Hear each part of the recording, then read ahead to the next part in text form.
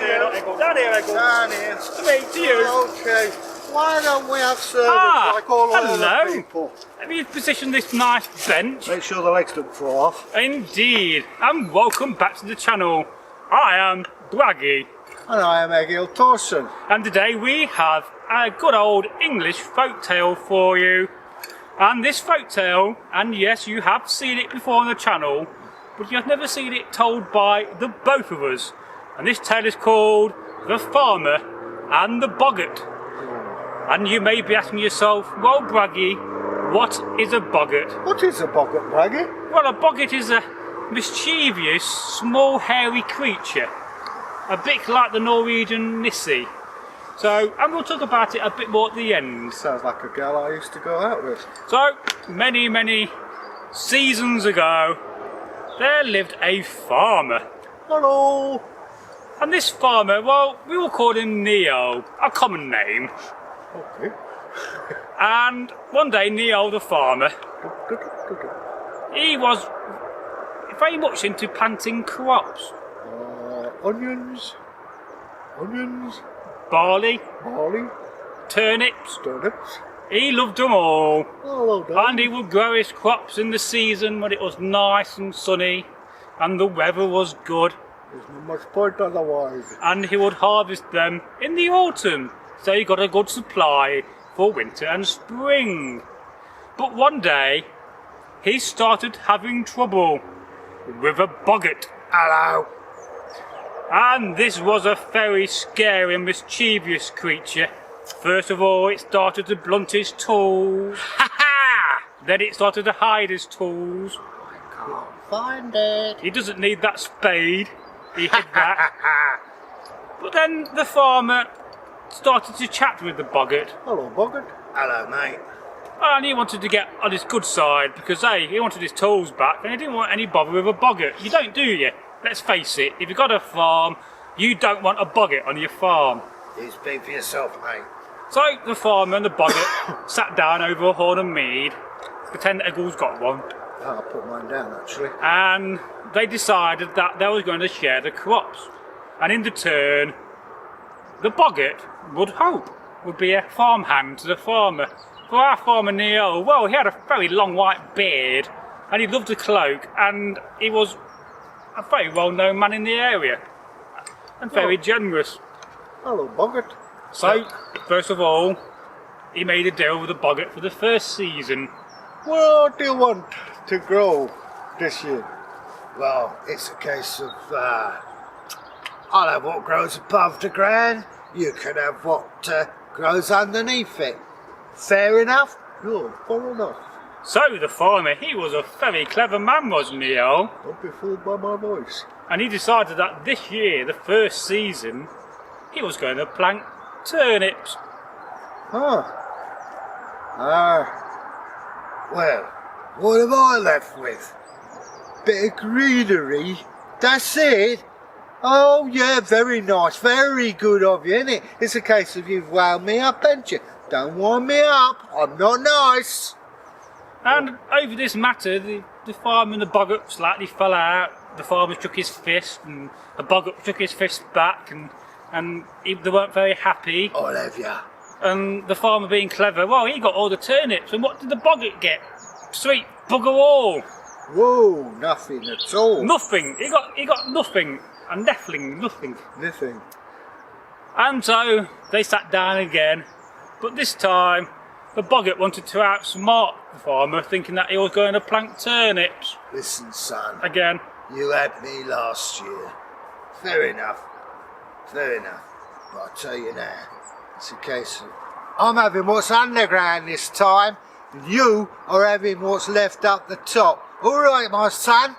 Oh, okay. So the farmer and the boggart, they shook hands on that. Hello, nice to meet you. Hello. And they made a deal. But the farmer, Neo, being long in the beard and very wise, he went out to a local neighbour and he fetched back a load of barley seed in some very heavy sacks. And he planted barley. And the months passed, the summer went by, and the barley grew, and it was time for the harvest. Okay, Boggart, come on, harvest time. Alright, I'm coming. Go, who'd be a bogie? I'll tell you, I would. And as the Boggart agreed, the Boggart helped him. But the Boggart realised that again he's been done in this deal. Oh, come on. What have I got this time? Stubble and roots? I can't live on stubble and roots. Oh, man, you agreed. And this time the Boggart, being very angry, shook both his fists at the farmer. He made a screaming noise and he said, well, next year I want what's in the ground, he said, didn't he? That's right, mate. No more of this up and down. I'm having what's in the ground. And the Boggart was so determined that somehow he got some elves to make him a new plough. Even the size. Or even a scythe while you're ploughing the ground. And the farmer, being clever, the old with the white beard and the cloak. Well, the elf said, well, we can make you what we call a scythe. It's like a sword on a stick. Oh, yeah. And you just sweep it across the ground and all the crops come up. Now, you have to keep sharpening it, but we're getting the lab boys on that. Oh, right, then here. And he handed over some silver. He got this brand new plough with a steel and metal cutting edge. How revolutionary! We only do the best here. And of course the Boggart, he asked for what was in the ground. And the farmer, well, he decided to go and see the local blacksmith.